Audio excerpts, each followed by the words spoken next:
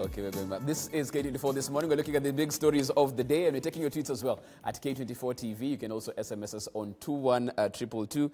We have at CMajau _ hashtag K24 This Morning. If we're dealing with corruption, then it must be firmly. It doesn't matter what happens thereafter. We have our constitution. We have clean and good people who can lead this city. I regret listening to hopeless remarks from Sakaja Johnson during Punchline yesterday. We need more, and we need to do it now. Okay, so that's a sentiment coming from him. Karinga Simon saying a very good morning, loving the debate going on right there. How do we move forward? That is the big question. So keep them coming in at K24 this morning. Quickly, of course, also last week, BBI Taskforce term extended, and now the reactions come from that. You can see some quarters asking for a technical committee to be put in place, not comfortable with the task force composition as of now. And that's a story that you can get on page 2 of your People Daily. Mixed reactions, great move to extend BBI team's tenure. Religious leaders push for establishment of technical team to review contentious document. They're arguing that the current team comprises of state and public officers, a situation that is a potential conflict of interest. They also complained of being excluded during the appointment of the BBI task force team. This is a case that's actually in court, courtesy of Ekuro Court, the Third Way Alliance, the task force team and its constitutionality in terms of how legal it was and the mandate that it's carrying out. The case, I think, is supposed to be heard sometime this month. We had thought that was dead in the water. The report has been handed in. He's just making a case for history's sake. Does his case now hold merit that the term has been extended, Arnold? Well, it's good to try the constitution and the laws we have the way Ekuro Court is doing, and such should be encouraged. But one thing I'm so certain of is that looking at the TORs and whatever they're trying to do, the Constitution actually protects any processes like BBI. So I do not think that a Ekuro Court's case will get any headway going forward on this. But why I actually support the extension is actually on two phases. That the BBI report as released is not implementable. Mm-hmm. I kept on saying this, that the BBI report as is like the Sermon on the Mountain. It just speaks about blessed, blessed, blessed, blessed, but it doesn't talk about how. So then you have to look at the epistles by Paul, bit by bit, to tell you exactly how you end up being blessed. It talks how to go to heaven and all the others. So BBI still needs, the team needs to do much more. Number one, to distill the report to a level where it's consumable. Because what are we taking back to the people? We went to the people, they gave us these ideas, now we are going back to them and telling them, now this is what you gave us. That is not progressive. Right. We are not moving in any direction. So my thinking would be that the report, once it's actually gazetted, because it's not been gazetted yet, I hope that the president will actually ensure that there is a representation of young people, ensure that there is a proper representation of people with disability. He did well on the other end. That team, the core team, they shouldn't just be telling us that the people who typed this thing were young people and such. Those are things we really have had for quite a while, and I don't think it's very inspiring. And if you look at the report, I will repeat this, I said that last time I was here, that the report actually speaks to the maxim that there's nothing for us without us. Simple. You look at that report, and there are government documents on youth that are much detailed, more inspiring than what BBI is trying to do on young people. When it comes to young people, and I understand, because there was no young person sitting at the top, deciding, or rather at least speaking to what ends up there. Right. Just telling us that young people are here and there. So I hope the president will expand the team that he brings in, even if you brought in a young man and a woman. And I'm actually saying that we do not necessarily need the best. You know, we would rather be arguing that they put in a bad young man. But there was a young person. But there was one. At least watupatia hata kamoja kabaya. Right. But they didn't do that. The youngest person there is Professor Lofru. No, that is the youngest person in that committee. And wherever the president is and the Right Honorable Raila Amolo Odinga, when they regazette the TORs and whatever they're supposed to do in this phase 2, they should open it up. But I would say, number one, they need to distill the report further, give it implementation mechanism. I'm talking about complete administrative policy and legislative proposals, complete ones. So that if it's a program we want to deal with, it's not just a line, but a proposal. It means that we are going the technical way. That is the document you then take back to the people and tell them, you gave us these ideas, this is what you wanted to do. This is what we think would be done with the ideas you gave us. Right. The other bit would be is that I know they collected a lot of data out there. it will be important to know what Nairobi, for example, said in BBI. Specifically, a Nairobi like BBI, a smaller bit of it. What did Nairobi say? What did Turkana say? What did Kakamega say? What did Mombasa say? Because as it is, if you look at the bigger report, to some people, it's not speaking to them because it's so overall, it's overarching. We need specific ends to it. So I think there's need for the extension, but we need to redefine it so that we have got a clear implementation matrix for each and every one of those things. That then calls for a technical committee that then says that for each and every line that is in the report that we give out, these are the proposals we are putting forth. Then you go back to the people and tell them, this is what you want to do. Legally, this is what exists. This is the room that we have for maneuver and how we deal with this, and this is the time frame with which we do it.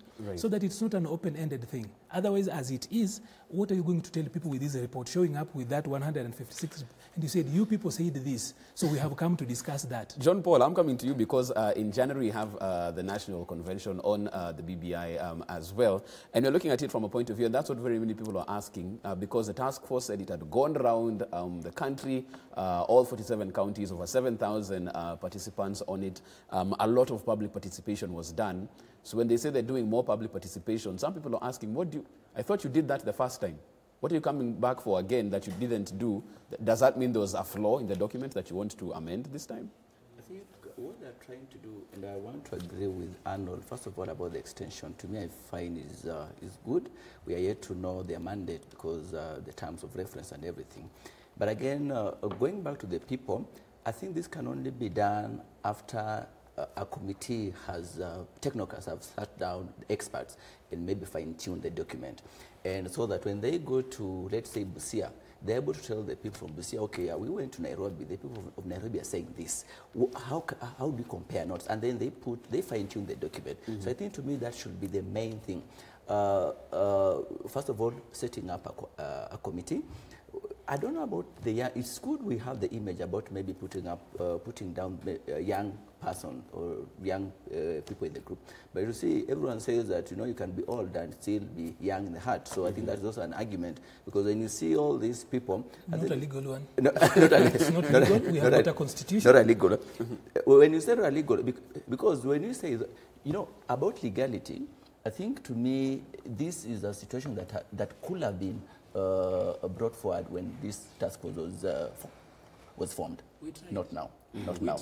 So if we tried it and it failed, it means maybe the threshold or maybe the legality was not, maybe did not favor us. So what I'm saying is, let's reconstitute the team. If at all we need a young person there, because of the image, the way Arnold says, not the image, even contribution, it's not about what about the content? We are a country of young people. But you see, you can, the content, even this, whatever, the guys who are there can still just get the content.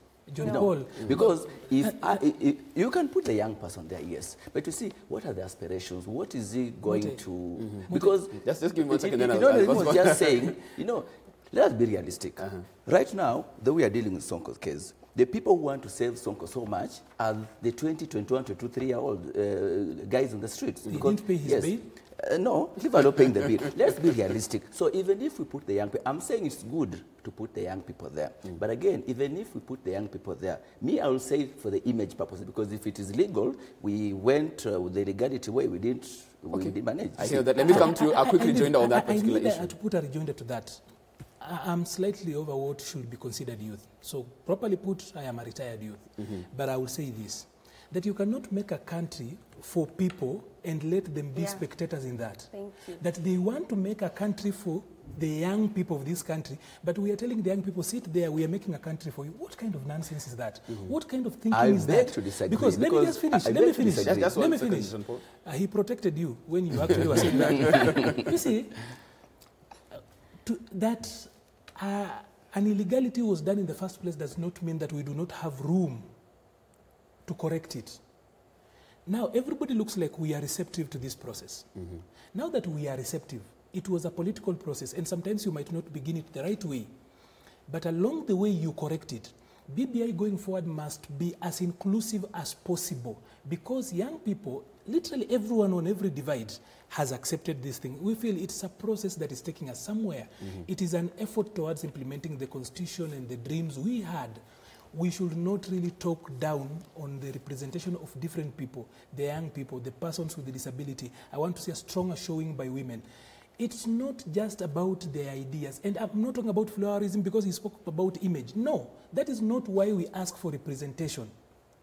Why we ask for representation, because we know we can deliver. We have got a stake in it. And Arnold, so why didn't the case succeed the first time? It didn't, because at that particular time it was so political. So the political arguments outweighed logic, reason, and constitutionalism.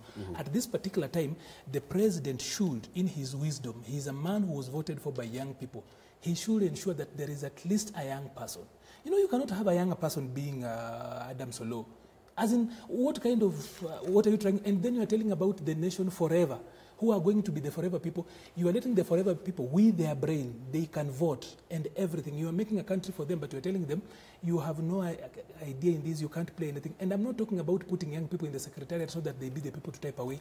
I'm talking about the core. All the way in to the top. main core, that there should be women, there should be younger people, there should be people with a disability, proper ones, well represented. Okay, and of course, we're and talking about even if it's actually just volunteering, they should be able to do that. As in, probably they think they're helping their friends get money, but then we could volunteer as young people. Okay, and I'm sure they're hearing you on that. I'll come to Nerima with the talk of, as we look at phase 2 of the BBI Taskforce, we're hearing technical committees being brought up as suggestions to this. Some people are saying that now is when we see, for lack of a better word, the real BBI report.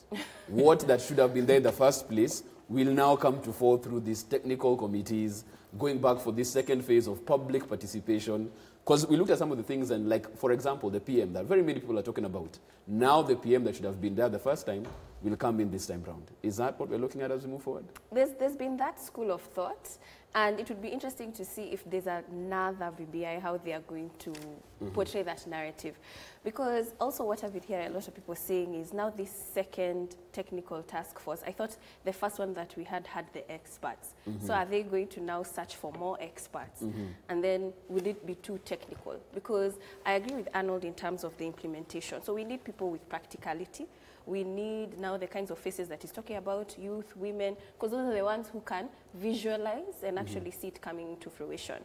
My fear is the fact that out of those 100+ pages, the main things that we're talking about is a position. That is my fear. And not considering that that particular position is not going to fix all the 9 points of agenda. Right.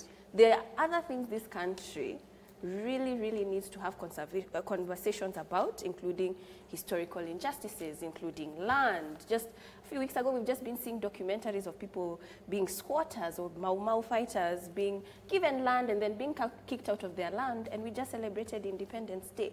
So there are issues that our country has for decades that should be at the very core with the people. Right. And when we talk about even a second or a longer extended term, my concern is what's going to be different about the engagement. We already had issues to how people said they were engaged. 7,000 is not much when we're talking about 40 million people. And then what makes ideas get to the report? Because I'm sure that there are several ideas that were fronted that didn't make it. What is the criteria? Is there a vote? And how can you make people even feel more involved? But there's also a downside to that. When you involve people too much, you won't move forward. Right.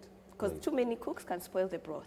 And so when we're even talking about an issue that is national, or talking about solutions or interventions that are national, and we're talking about several levels from administrative to technical to legal, there are so many aspects of it.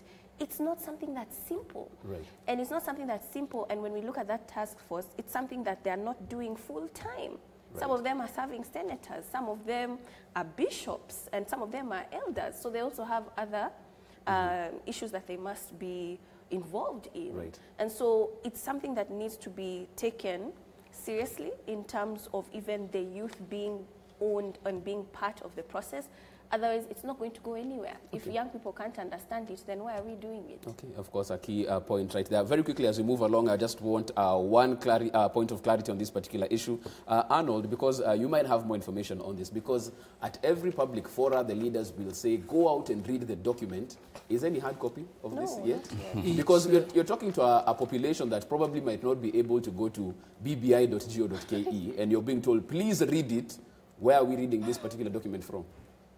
It is assumed, and I think it's one of the saddest bit of this particular process. I know that even cabinet secretaries have been trying to reach out and ask the committee to provide them with copies, and they've not been available. They're still moving around and hoping that probably the donor ward will help them print them. And it is, where did the 10 billion shillings go? As in, what is happening to it? The government printer has got a few copies. I've seen, like, you know, if you give a cabinet secretary about 100 copies, what then would you give? We're talking about people with preferential treatment are getting as little as 100 copies. So I'm thinking there is need to print, because people with smartphones and reading it online are these particular young people that you do not want to engage. Right. Those are the few. But then my mother in the village, she's on WhatsApp, yes, but she cannot read and feel like she has read. Do you know why we actually buy the Bible physically, so that we can read? Even when you have the app on your phone. For me, I'll have to write notes in it. As in, even when I read a newspaper, I have to read and note. They have not done that. So I am hoping that probably one of those processes this committee will be doing is to ensure that copies are out there, because putting them in the newspapers the way they did in the first time, the shortened version, it's very expensive as opposed to doing just mass printing, probably of just black and white. It's much cheaper if they printed and gave them to politicians, so that over the weekend people can read. Otherwise, you're telling people, read this thing, and 2 weeks since we did that, there's no hard copy. Okay, and of course it's a big story right there. We'll move on now to another story, front page of The Standard, and it's a story that we've seen in different shapes and forms, different personalities right there, talking about corruption and the grand corruption going on. Treasury official who made 664 million shillings in 6 years. This is a former junior employee at the Treasury, earning 16,000. We've heard about the receptionist, front office person who was earning so much money, buildings in his name, luxury cars. Apparently, he'd use a chopper. But we're looking at this story, and even for somebody who hasn't probably studied forensic accounting, John Paul, we can bet the farm that this person was not the one who orchestrated this. Why does the story end here? Is it hard to follow the paper trail of, okay, from this 664 million, where did it go from this particular account? Where did it end up? Why does the story always end with the junior person who got the money? I think this is the saddest part of maybe our system, because the big fish are always going maybe scot-free, because this is a person who was not working alone. It was not like a solo kind of thing. He must have been getting maybe some orders or maybe some favors from maybe some big boys out there. So if we could be maybe sincere with ourselves, especially now with the DCI, maybe the bank fraud and everything, we need to do the paper trail. Where did this money, where did this money originate? Which accounts? Who was in charge of maybe ABCD? So this is just a person who is earning 16,000.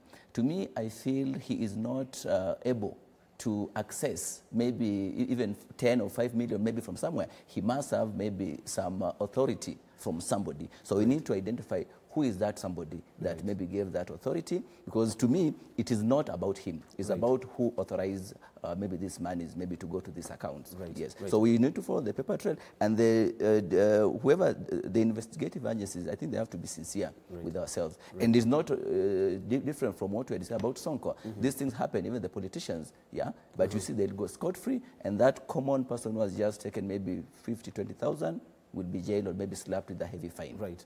Arnold, same scenario, because we look at it and you wonder in terms of following the money up to where the blame should be put.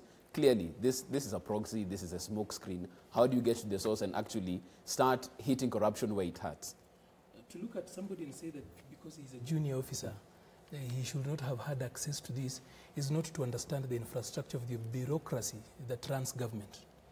I have sat on boards before, and I know one thing for certain, that the people that frustrate a bureaucracy are not necessarily big and powerful people.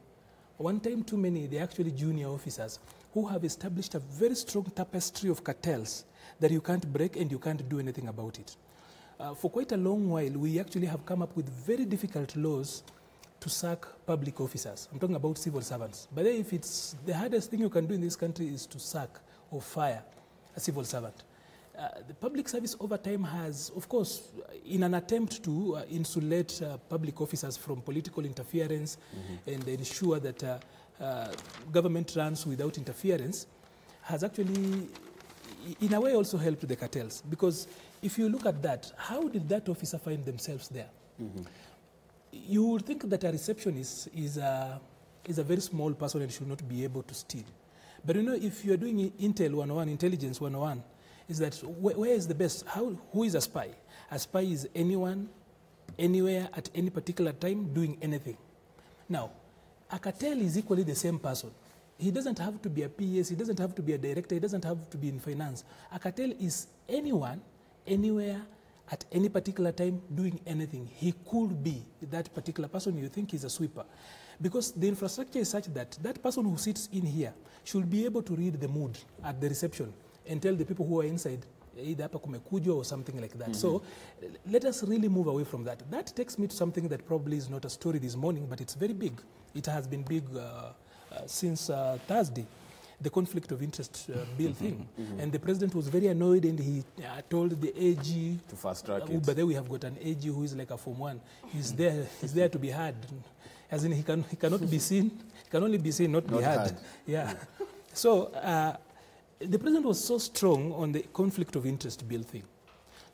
What no one is asking him is what happened to the lifestyle audit one. That would change. Right. There was I supposed can to be tell you that I polygraphs know that for should have been sure. used. Yes, there were polygraphs to be done and such. I can tell you that without going back to these old things, there are people in the president's government who have turned from the people we used to do consultancies with, struggling with an old car, to people with houses, and you know their salaries simply because they go to government. The lifestyle audit laws will work much better than the conflict of interest, because if there is anything that is actually conflict of interest, if we were to deal with the conflict of interest as a crime, then the entire Jubilee government as is would be a crime scene. All of them will have to leave. Everything around them, you do not tell the left from the right, you cannot tell from the state to capital. And when you talk about state capture, it's simply capital capturing government. Right. So they're doing a lot of profit by legislation and policy and everything else. But I would think the most important bit to what the president should be pushing for is this lifestyle audit laws. Right. If you can actually tighten this, you have got so many people to jail. Because people cannot explain how you will be, for example, earning 150,000 shillings and you have got a house worth probably 15 million shillings, you drive a car worth 5 in 7 years, and you are a full-time public officer, which means Article 77 of the Constitution applies to you. You should not be doing business elsewhere. Right. So what is this? What is this windfall that only shows up when people get to public office? So let us not really look at people because they are small officers. The architecture of that particular machinery is normally very complex. So do not think that because they are lower in it is the younger people, by the way, these smaller people, not younger, the smaller people in a system that teach the bigger ones how to steal. Because they understand it so well and they know how to actually just frustrate a process and it goes nowhere. You've heard the president say, I made this particular direction. Why has it not been done? One time too many, it's not the PSS, it's not even the directors, it's not even the CSS. It's guys down here whom you might not really think really matter. You even don't know them, but they're doing very well, both in life and to frustrate the system, because you will come and leave them. They tell that to PSS, by the way. Yeah. Nerima, I'll come to you even as we get into our second break, because with the war on the corruption, one part of the war that really needs to be fought hard is a perception. And for young people who unemployment is very high, trying to get into business, very hard, and you look at this and you try and tell him if he gets a job in public service not to steal, how do you change that perception that the quickest thing to do is just find your way into the government and try and get $500 million? Yeah, and that's how we're seeing a shift of why people are interested in entering politics, because now it's being looked at as a money-making venture. But I think what is extremely sad is the fact that the front page of the Standard, right on top of that story, is a confession of a Kenyan woman who was a sex slave in India, going for employment due to unemployment here. And then right next to that story, it's someone who has stolen millions of shillings.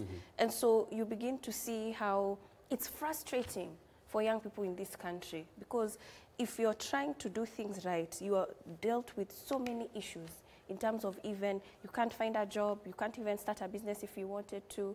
The ones that where you're being told is opportunity, it's a trap, you find yourself in a slave in another country, and you're stuck. Right. And so how are you supposed to encourage this population to say, just work hard, do well in school, and you will do well. Yet, the leading politicians in this country, we cannot confirm their educational background, we cannot confirm their past working life or history, and we cannot confirm where they accumulate their wealth or how. Right. So we're being told, or we're being shown, actually, we're being shown that those who use all means necessary quickly are the ones who gain wealth. It's not necessarily to work hard and aspire to be a great citizen in this country. And of course, that is a key issue. We're going to take a break. When you come back after the break, some people might say the only way to solve all of this, we might need a lot of prayer.